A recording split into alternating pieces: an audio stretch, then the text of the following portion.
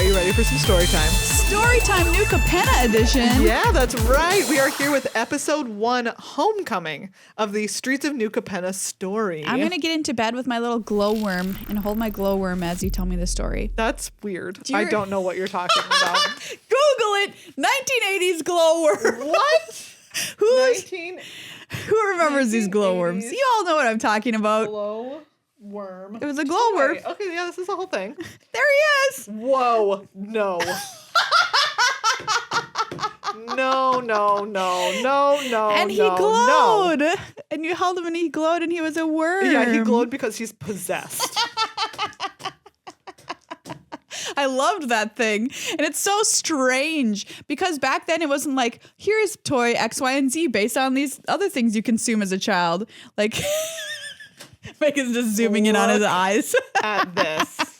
On his dead eyes. Yeah, no. Like, oh, look at this. I mean, we started to get it then, of course, with like My Little Pony and, you know, it started to happen in the 80s. But there's such like stuff like this. Like, where did this come from? I don't know. Someone was just like, hey, how about it's a worm wearing a pajama hat?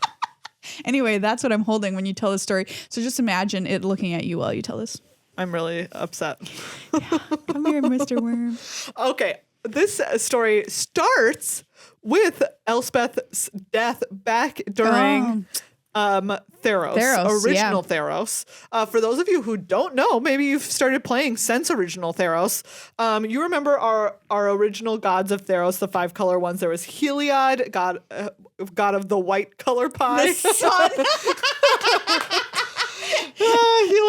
Heliod the sun. He for white mana, Erebos, god of the dead for black mana, Perforos, god of the forge for red, Thassa, god of the sea for blue, Nylea, goddess of the hunt for green. Yeah. So anyways, and then there was a planeswalker named Xenagos who aspired to ascend to being a god on Theros. And he did manage to do it, and Heliod was very mad about it. And Elspeth was also in love with a man on Theros named Daxos. So she had made a deal with Erebos I forgot about that. to bring Daxos back from the Underworld. Classic. Yeah, exactly. Very classic Greek stuff.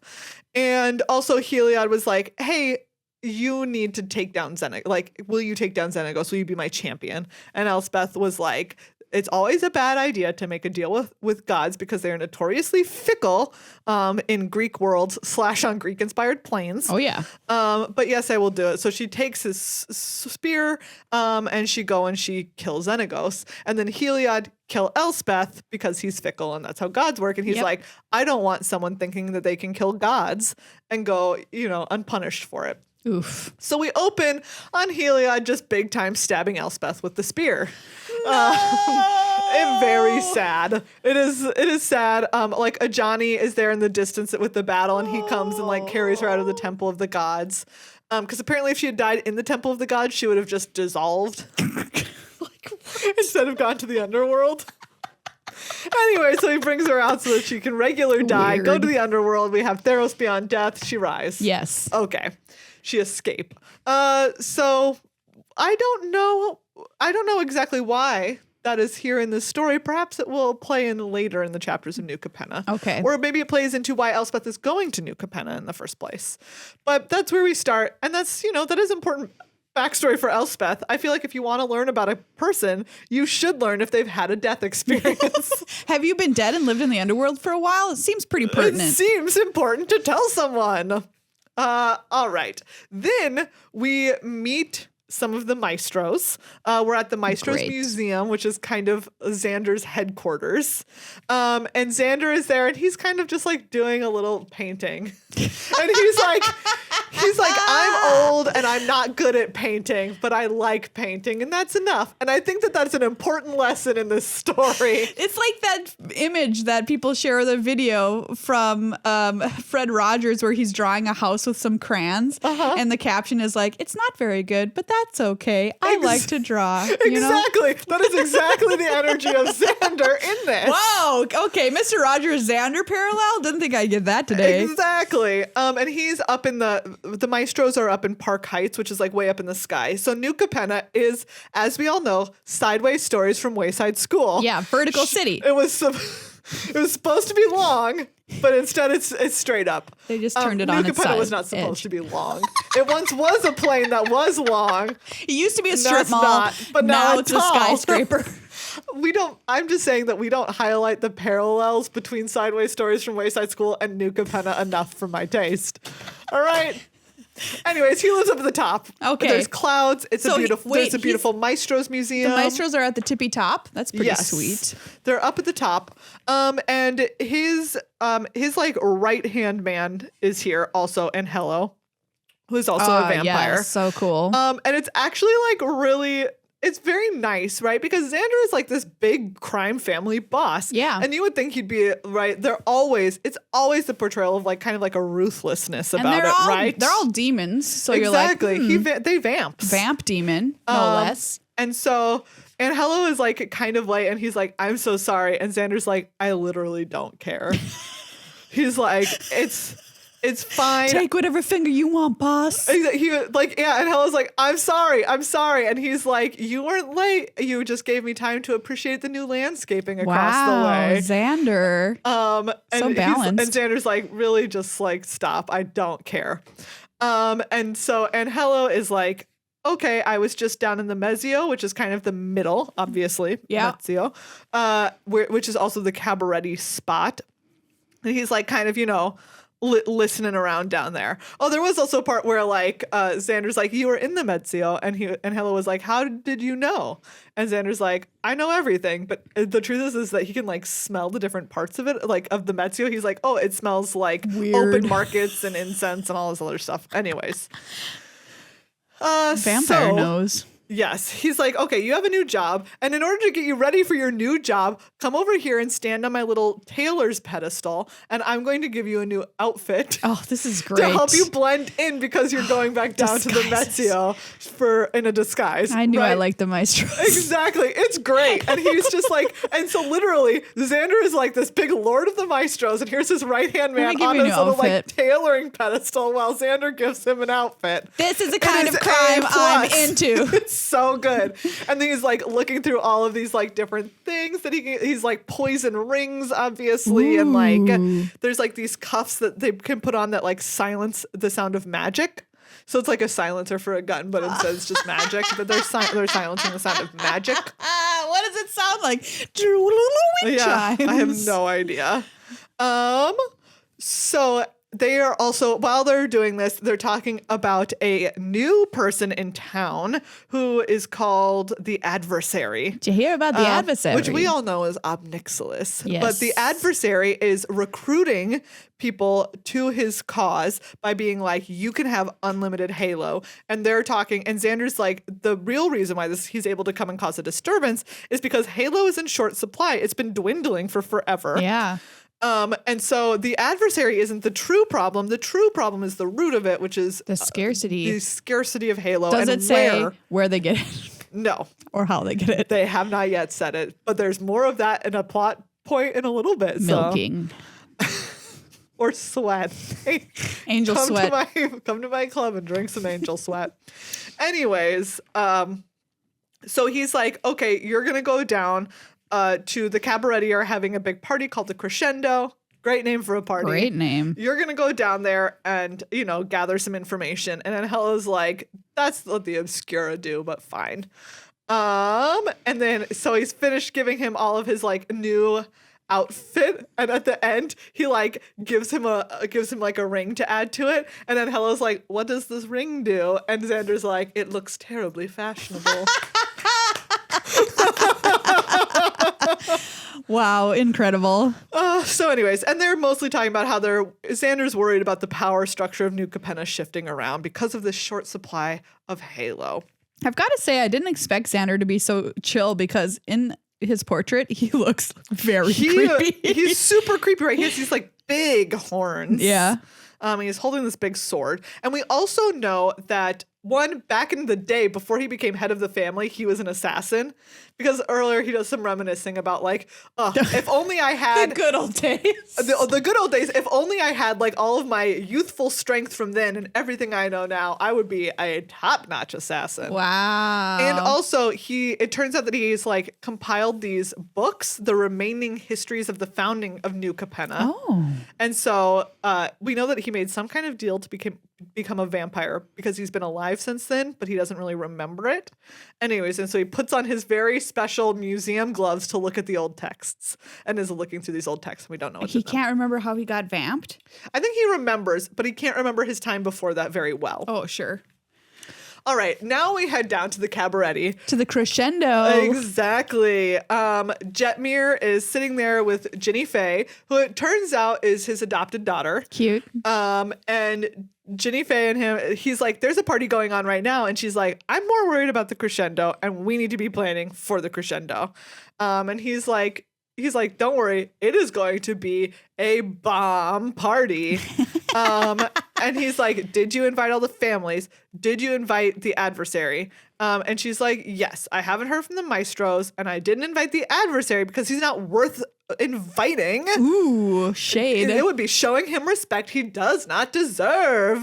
But Jetmir is like, it's sometimes better to show respect before it's due. You never know how a small friend now might become a big ally later. Oh. Jetmir, life of the party. Jetmir.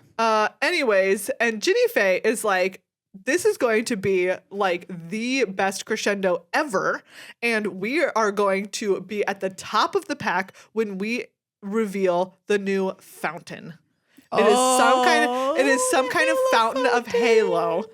And they don't talk about where they're getting this magical new supply of fresh Halo from. Where is it going to be coming from? Angels in cages in the basement. Well, sweating. We don't know. But they also have a very cute relationship for the person in charge and their right-hand man. You're right. They do. Exactly. They're very adorable. She's like, I'm busy. I'm busy. I'm worried about all this stuff. And he's like, you need to go down to the party. Like, you are far too lovely to be missing a party. And she's like, so are you. And he's like, no, I'm not. I'm old. And she's like, don't talk about yourself like that. And then she goes to see. And then she throws a ball and he chases it. Yes, exactly. Anyways, so then she's done with her meeting and she's like, oh, I've left my friends, Kit and Giada, for too long. And so we go out and we see her two friends, Kit and Giada. Kit is some kind of cat person who is going to be singing a song at the crescendo. Oh, great. You get it, Kit. And then we find out that Giada, as much as she's like calling her a friend, and Giada is like very well taken care of, right? It seems like Giada is kind of like Ginny Faye was probably an orphan who was taken in by Jetmir and like the top echelon of the Cabaret or whatever. Okay. But it seems like maybe she's being kind of like held against her will, right? Like prisoner in a palace type situation. Sure. Because Ginny's like, why does she always look so sad? She has shelter, she has luxuries, she has all the food she needs, like she's protected, everything's great. This is how I talk to my cats. Why are you sad right now? Why are you sad? I Your give you life everything is you perfect. Exactly. Except freedom. And she's like, she had everything she could possibly wish for apart from her leave. Yeah. Which means she cannot go anywhere. Wow. So I like that there's the word toots in this, by the way. Yes, also Ginny Faye uses the word tuts. Toots. Anyway, so we know that Giada is for some reason a prisoner of the Cabaret. Mm. All right, Vivian Reed arrives in New Capenna. She's looking Great. for a place that can find some kind of balance between nature and like the mechanical. Nurture. And she arrives in New Capenna and she's immediately like, this place ain't it, boss. No, definitely not. This place all mechanical. It's not chill. She's down on the lower levels, right? So we've seen Xander in the top, Cabaret in the middle with their great big party happening. Yeah. And now she's like where the Riveteers are. And it is basically just like wild scaffolding and girders. And people literally just like run across girders as if they're streets. And she's like, you could literally fall at any second, but they don't seem to notice it. And as she's, kind of looking around here, she goes into a room where someone is making a speech. And it turns out it's Zeatoria, which, of course, is the leader of the Riveteers. Great. And she's giving a real heck of a good, like, rabble-rousing workers' rights speech. Oh, really? Yes. She's down here.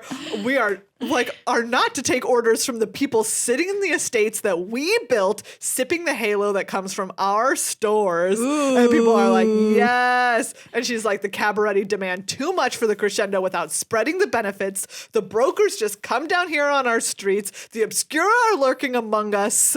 Like, this is our place. Workers rise up. She's like, this is literally the foundation of New Capenna, and we freaking built it. Show us some respect. And all the workers are like, yeah.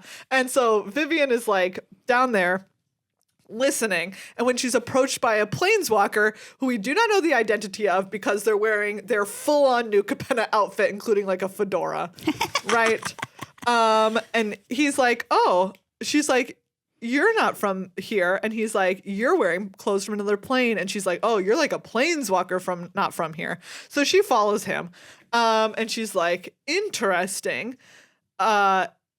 She was like, okay, how much? No, he asks her, how much do you know about Halo? And she's like, I have nothing. Look, buddy, whatever. I just got here. I heard a She's speech. like, I just arrived and was listening to this sick workers' rights speech. And this stranger is like, this plane thrives on it. It holds immeasurable power. The man I'm currently working for is in the process of acquiring it, but his real goals lie elsewhere. And it's obvious this is Tezzeret. It's Tezzeret and a fedora. Okay? Oh, yes. it is.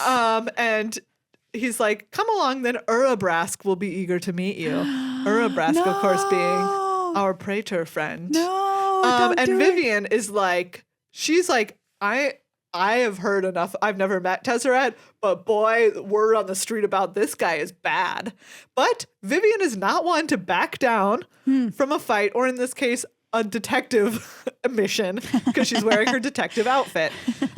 So she's like, he's like, do you want to come with me? And she's like, fine, but like, let's be clear, you're not ordering me around. I'm just coming with you to find out more. So Vivian is about to do some undercover work. And Great. she's like, also, who's Urabrask? And he's like, Tezzeret's answer is, it's complicated. I'd say. Anyways. Oh, and this is very interesting. Tezzeret at the end is like, it will make more sense once you've met him, but for now, all you need to know is that he is on our side. And she's like, what side is that? And he says, the side of freedom. Freedom? Which is not. Freedom from your own personal Exactly. self. Yes, freedom from yourself is, I think, what we would say. Huh. The Phyrexians have so far seemed to be about. Yeah. All right, and our last little stop is the Metzio train stop in the middle of New Capenna, and Elspeth arrives. Oh, and in Vivian's part, we get a little bit more about how there's like we know that New Capenna is this big city, right? It's vertical. And Vivian tells us a little bit about there is apparently still the plain below it, which is mostly, it's just ruined, right? There's nothing there. It's a lifeless plane below, and there is some kind of magical barrier between the plane and the city of New Capenna. Interesting.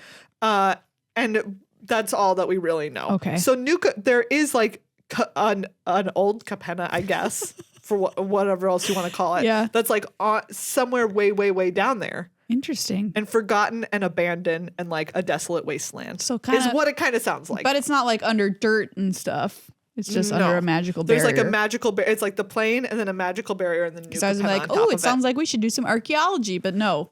We can't. I think it kind of has a vibe of like, you don't want to. So Elspeth arrives and she's like, this place is noisy as heck. Yeah. And they wear strange clothes. And she's like, all I've got is this backpack of stuff that belongs with me. And she's there. And all we know is that she arrives there and she's like, home. Johnny told me that this was my home. Oh. And it doesn't feel like it, but he's never lied to me. So she arrives there and she's like, why does this place not feel like home? And why does my friend say that it is my home? Interesting. End of chapter 1. Okay. Yeah. This is what I think. Okay. Old Capenna was ravaged by the Phyrexians. Because we do know that in Elspeth's past, she was a prisoner of the Phyrexians. Yes. And that's why the Maestros Xander can't remember pre-vamping. Oh, yeah. Because something weird happened with Phyrexians and vampires. Right? Like, who knows? That's my guess. I think that you're probably right. That like the reason why old Capenna is somewhere down there below a magical barrier is because it was like wrecked in some way. Wow. Spooky. Well, that was a great start to the new Capenna story. Yeah, it's a good story. Super interesting. Yeah. I'm so excited to see what happens. We'll have more.